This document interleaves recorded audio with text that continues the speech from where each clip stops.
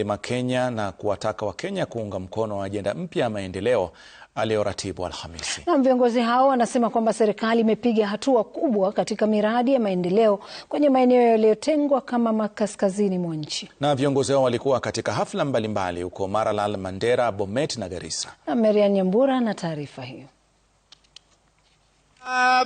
La mesa. Hafla ya kuchangisha fedha kwa wanawake eneo la Mandera Magharibi ilitoa fursa kwa baadhi ya viongozi wa Kenya Kwanza kusifia ruwaza mpya ya maendeleo ya Rais Ruto. Ruwaza yake ya National Development Charter inaenda kuangazia maendeleo katika Kenya mzima. Inaenda kusikiza mwananchi wa kawaida. Mandera ni Kenya na kuna sababu rais alisema angependa Wakenya wote wasungumuzie Vision 2060.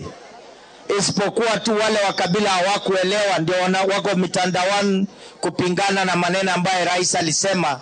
Ama 2027 lazima tujitokeze, tuonyeshe wale wanasema ni wa mlima na hawa ni wengi, sisi pia ni wengi. Akizungumza kwenye hafla ya kuchangisha pesa za msikiti huko Afuain, kaunti ya Garissa, waziri wa afya Aden Duale alimhakikishia Rais Ruto uungwaji mkono na watu wa eneo la kaskazini. Rigiji amepata vijana wengine kutoka Thika, wengine kidogo, hata mwingine anasema Duale hajajenga barabara kwake.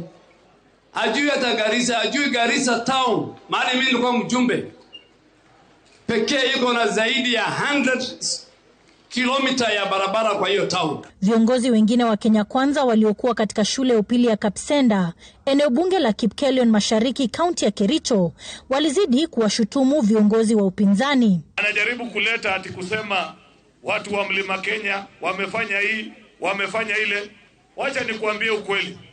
Rais William Ruto ako na kura mingi sana ndani ya hiyo mlima ambayo wewe unaongelea. Akizungumza katika mkutano wa hadhara huko Maralal, naibu rais Kithure Kindiki ameendelea kutetea nafasi yake serikalini na kuwataka wakazi kumuunga mkono Rais Ruto. Tunaamini ya kwamba taifa letu ni moja na taifa letu ndio lisonge mbele.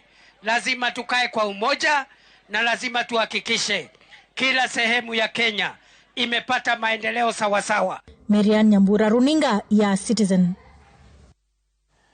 Na mtazamaji, naye kinara wa chama cha Wiper Kalonzo Musyoka ameendelea